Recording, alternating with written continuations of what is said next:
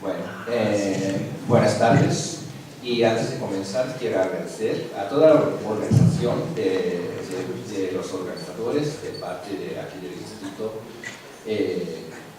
a la doctora Arabella y al doctor Hernán, y desde luego la presencia de todos ustedes. Bueno, voy leyendo el texto, y no tengo muchas imágenes, pero sí tengo citas que voy mostrando. Bueno, introducción. Es verdad que al estudiar las sociedades mesoamericanas del periodo posclásico, tenemos varias fuentes históricas que nos ofrecen mucha información. Me refiero a las fuentes escritas alfabéticas. Los conquistadores, así como los religiosos que llegaron de Europa, dejaron muchas crónicas. Asimismo, conocemos otras obras compuestas por los descendientes indígenas.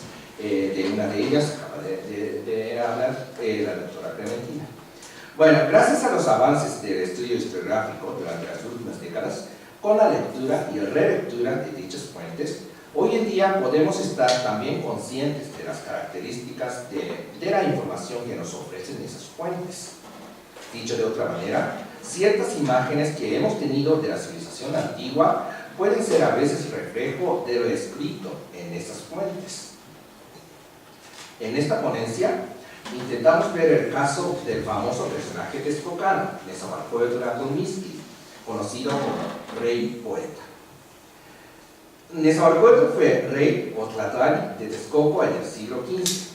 Nacido en 1402 como hijo del rey Iztuizóchitl, participó en el establecimiento del orden político basado en la Triple Alianza, formada por Tenochtitlan, Texcoco y Tlacopan, el mal llamado Imperio Azteca. Él reinó más de 4 décadas, el reino de Acobacán, cuya capital era Texcoco, y murió en 1472, dejando el trono a su sucesor e hijo Nezahualcóyotl.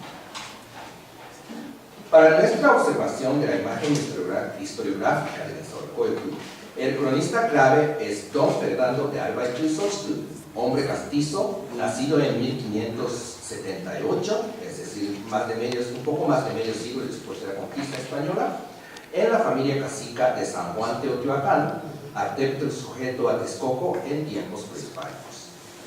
Fue juez gobernador y escribió 5 obras de contenido histórico, entre las cuales se encuentran la sumaria relación de todas las cosas, el compendio histórico del reino de Texcoco y la historia de la nación chichimeca. Y estas obras no fueron impresas sino hasta los siglos XIX. Se ha dicho que sus obras representan la visión texcocana de la historia. Sin embargo, ahora sabemos cada vez más de su vida personal y las circunstancias sociales en las que vivió. Tenía que ver con la casa dinástica de Texcoco, esto sí, pero no por línea recta. Y más que la imagen indígena o indio que solemos tener, parece que su situación social se asemejaba más bien a la de un criollo, viviendo en la Ciudad de México, básicamente, ¿no es cierto? Bueno, la imagen de Nezahualcóyotl, según Alba Iztuizóchitl. Al hablar de las características de Nezahualcóyotl, suele hablarse con términos como virtud, justicia, sabiduría, prudencia, misericordia, etc. Tales perspectivas, muchas veces ligadas a los valores occidentales, provienen de nuestra lectura de fuentes históricas, y entre ellas las principales son las obras de Alba Iztuizóchitl. Bernal y Kruczynski han señalado que en el mundo occidental de la época del Renacimiento había tendencias de revalorar la cristiandad de personajes paganos en el mundo occidental. Bodón demostró también que la imagen de Nezahualcóyotl, según Alba Iztuizóchitl, era la de un rey típicamente grecolatino. Entonces, ¿cómo fue la manera en que nuestro cronista dio tales valores occidentales a la figura de Nezahualcóyotl? En esta ponencia quisiera rastrearla a través de 2 aspectos. Uno religioso, que es el monoteísmo, y otro literario, es decir, la poesía. Uno, el aspecto religioso. Según Fernando de Alba, Nezahualcóyotl iba más allá del politeísmo mesoamericano y percibía la existencia del único Dios desconocido. El cronista lo describe de la siguiente manera.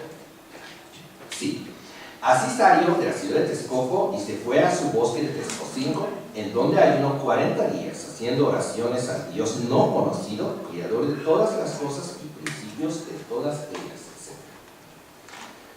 Bueno, de esta tesis, que llamo monoteísta, hay que considerar dos aspectos diferentes. El primero se relaciona con la religión prehispánica mesoamericana. Bueno, la religión mesoamericana era politeísta, con un sinfín de dioses. Y se ha señalado, sin embargo, que ese politeísmo también tenía cierta noción de Dios supremo, por decirlo así, algo que se acercaba al monoteísmo. En términos de Alfredo López Austin, había fusión y fisión de los dioses. Quetzalcóatl, por ejemplo, podía dividirse entre Avizcatlantecutli y Ejecatl, mientras que esas dos deidades podían fusionarse en uno solo. Entonces el resultado de tal fusión sería la idea cercana a un Dios supremo. En lengua náhuatl había términos como Moyocoyani, Palmimuani, Tloquelahuaque, Totecuyo y Niluicaba, Tlaltipaque y Mictlane, y algunos de ellos fueron de hecho utilizados como traducción de Dios cristiano en la época colonial. El segundo contexto tiene que ver con la historiografía de la época colonial temprana. Una de las fuentes de información utilizada por Fernando de Alba fue la Relación de Texcoco, escrita por Juan Bautista de Pomar en 1582. Y Pomar describió ese monoteísmo de Nezahualcóyotl de manera siguiente. ¿Sí? Lo que sentían algunos principales y señores de sus ídolos y dioses es que, sin embargo, de que los adoraban y hacían sacrificios que se han dicho, todavía dudaron de que realmente fuesen dioses, sino que era engañado creer que unos bultos de palo y de piedra, hechos por manos de hombres, fuesen dioses. Especialmente Nezahualcóyotl, que es el que más vaciló, buscando de dónde tomar lumbre para certificarse del verdadero Dios y creador de todas las cosas. Pomar tenía la intención de mostrar que los texcocanos eran superiores a los mexicas, tanto religiosa como políticamente.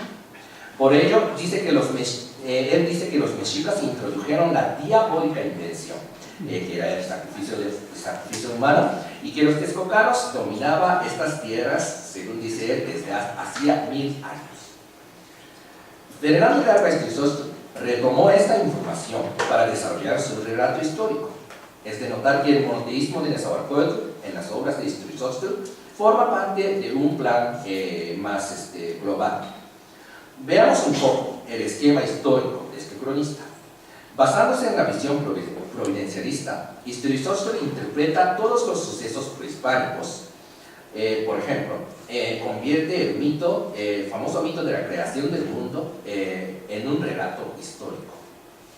Según su sumaria relación, el conocido mito de los 4 soles se vuelve en un relato de 4 edades históricas. La primera edad, Atonatiuh, comienza con la creación del mundo y se acaba con el diluvio. La segunda, el Atonatiuh, fue cuando los hombres construyeron una torre alta y experimentaron el cambio de idioma. Luego, hasta la cuarta edad, aparecen en la escena los toltecas, a quienes llegaron los indicios sobrenaturales de aquel momento de la crucifixión de Jesucristo. En su otra obra, Historia Chichimeca, ahí vemos una versión muy diferente, pero en fin, es un relato histórico de cuatro etapas históricas.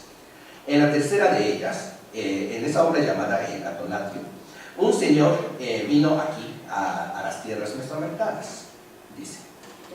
Llegó a esta tierra un hombre a quien llamaron Quetzalcóatl y otros Huema por sus grandes virtudes y teniéndolo por justo, santo y bueno, enseñándoles por obras y palabras el camino de la virtud y evitándoles los vicios y pecados, dando leyes y buena doctrina, y para refrenarles de sus deleites y deshonestidades, les constituyó el ayuno, y el primero que adoró y colocó la cruz que llamaron Kiahuisteutu, Choalisteutu y otros Trajacuauhitl, y bueno, luego aparece la traducción, según Istuizostli.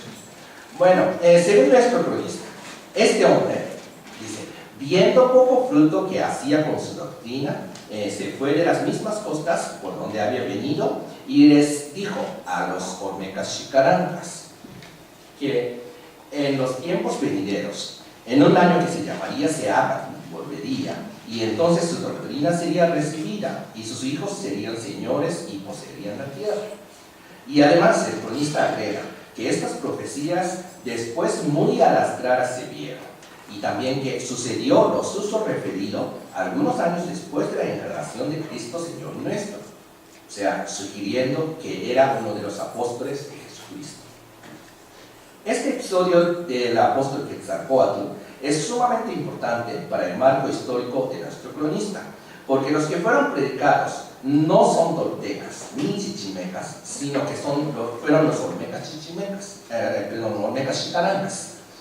A pesar de tal conexión, Nezahualcóyotl, que descendía de los chichimecas por sangre y de los toltecas culturalmente, casi llegaba a encontrar el Dios único, el cual hecho histórico era de suma importancia. Era la prueba de que los habitantes del Nuevo Mundo no habían sido abandonados por Dios, y además de la alta religiosidad de los reyes texcocanos. Vamos al segundo punto, que es el aspecto literario. Álvarez Crisóstomo dice que Nezahualcóyotl compuso 60 cantos que eran de mucha moralidad y sentencias y con muy sublimes nombres y renombres propios a él, al Dios.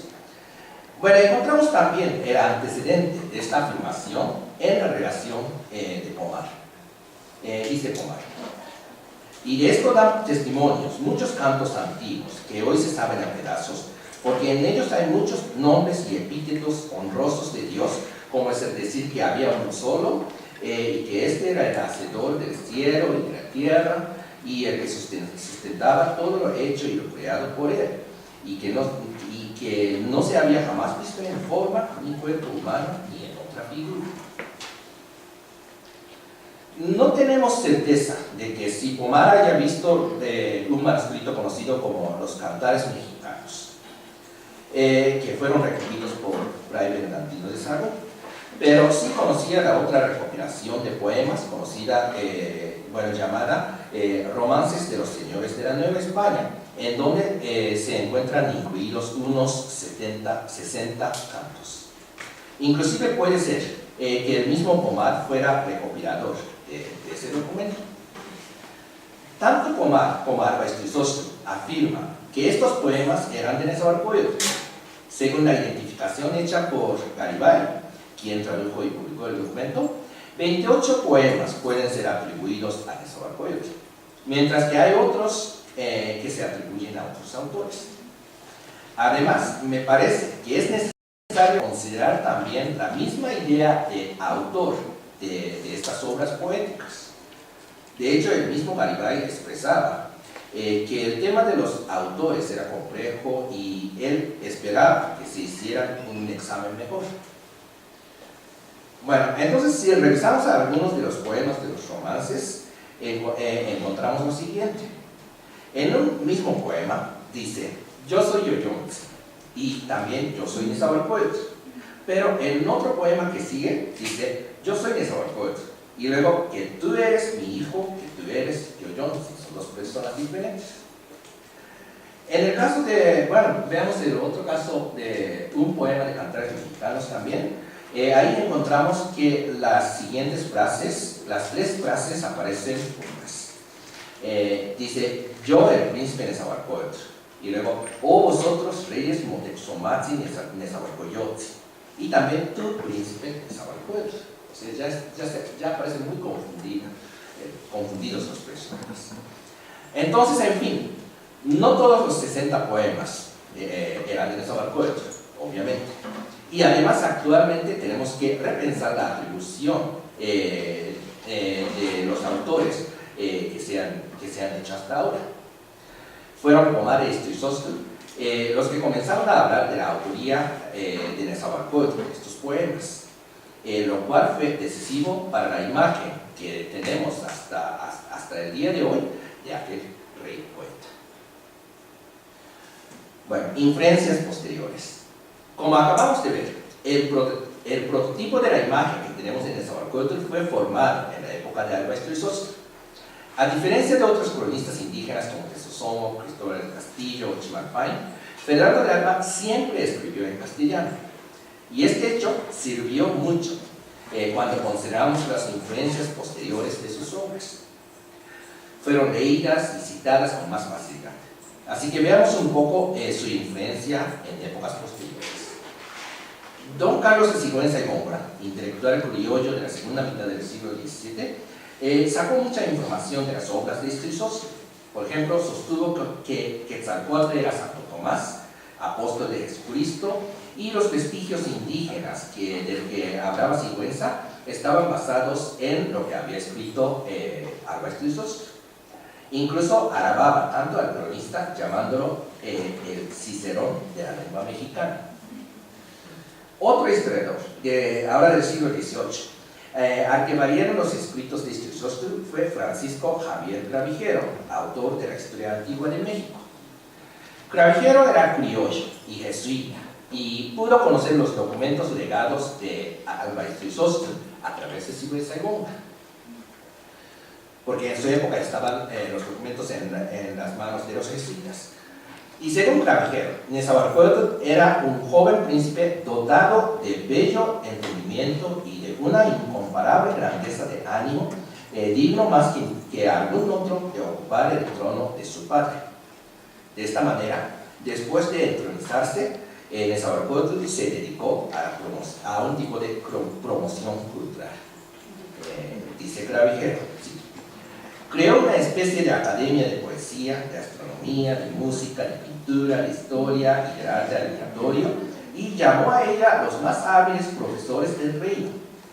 Estos se congregaron a tiempos en cierto lugar a conferir sus luces y arbitrios. Para cada una de estas ciencias y artes fundó escuelas en la corte. Y el propio rey también participaba en esas actividades. Clavijero describe al rey poeta de siguiente manera: él era hábil en la poesía de aquellas naciones y compuso varias piezas que merecieron general aplauso. En el siglo XVI eran célebres aún entre los españoles los 60 himnos que compuso en alabanza del Creador del cielo. 2 de sus obras o canciones que tradujo en verso castellano el ya citado Estrisósitl se han conservado hasta nuestros días. Bueno, entonces Clavijero debió especialmente a Estrisósitl para la reproducción de la imagen del rey texcocano con criterios y valores occidentales. La figura de Nezahualcóyotl, ligada al discurso criollo, patriotista o nacionalista, sería repetida luego a fines de la colonia por Mariano Fernández de Echeverría y Beitia, por ejemplo, y también hasta la época de la independencia de México, por ejemplo, por Carlos María de Bustamante. De tal manera, las obras escritas en castellano de Alba Estrisósitl por manuscrito y por copias manuscritas siguieron leídas y citadas por los criollos posteriores, quienes reprodujeron las imágenes formadas por Estrisósitl sobre la época prehispánica. Así, la imagen de Nezahualcóyotl que tenemos en la actualidad sería integrada en el siglo XX, cuando el pasado prehispánico fue integrado como legado de la nación mexicana. Así vemos en varios lugares de la República, especialmente aquí en México o también en Texcoco de Mora, encontramos monumentos, esculturas, pinturas de este rey de tipo cultural. Entonces aquí están las imágenes de Chapultepec, y este es un famoso relieve que está en el centro histórico, y las otras 3 imágenes son de Texcoco. Bueno, para terminar, hoy vemos la figura de Nezahualcóyotl diariamente, ya que está en aquellos billetes de 100 pesos, con un pedacito de poema que dice así, aunque no leo todo, porque ustedes tendrán a la mano. el manuscrito. Bueno, y en esta ponencia hemos visto el proceso en el que se formó la imagen. Para terminar, quisiera señalar 2 puntos. Primero, la imagen de la civilización prehispánica, en ciertos casos, fue elaborada en la época colonial y sigue ejerciendo sus influencias hasta nuestros días. Segundo, esa imagen, de alguna manera creada, no siempre refleja fielmente la realidad de la época prehispánica. Los historiadores nos dedicamos a descifrar tal proceso y creo que eso sirve para ir revisando continuamente las imágenes históricas que hemos tenido de la civilización prehispánica. Después de estudiar así históricamente la imagen de Nezahualcóyotl, comprendemos que si hubiera sido otro el proceso historiográfico o el modo de legar cierta memoria histórica, Nezahualcóyotl no hubiera sido rey poeta. ¿Acaso algún otro habría sido el rey poeta? Por lo tanto, este acercamiento puede aplicarse a otros casos. Por ejemplo, Tezozomoc de Azcapotzalco o a su sucesor, Maxtla, que sean considerados como reyes tiranos. Pero obviamente esa imagen tirano es resultado del proceso historiográfico. De esta manera, el pasado puede ser recursos para el presente. En nuestro caso, el pasado prehispánico sirvió tanto para el presente que vivía Istuizostl hace 4 siglos, hizo su memoria de la historia. Pero también necesitamos tener en cuenta que el modo en que usó este cronista ese pasado prehispánico en aquel momento todavía sigue ejerciendo influencias posteriores que ha llegado hasta nuestros días. Esto es todo. Muchas gracias.